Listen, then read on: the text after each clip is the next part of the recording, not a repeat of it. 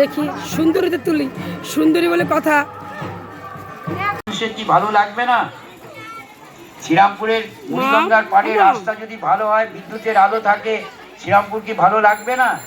পাশে কাজ তো চলছে, কাজ তো অসমাপ্ত হয়নি, এখন পানায় ভর্তি।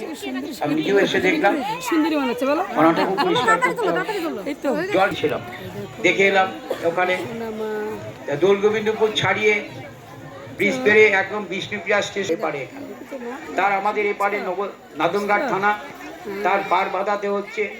তেমনি ভাবে আমরা জানেন না জাগ্রত দেবী বুড়ি মায়ের মন্দির, যদিও মঠ তৈরি হচ্ছে একটা। এই যে সূর্যের আলো ছাড়া হবে, হতে পারে, তাহলে এই জন্য সূর্য দেবতার পুজো করে। নিয়ম হচ্ছে যে কোনো জলাধারে ছট পুজো।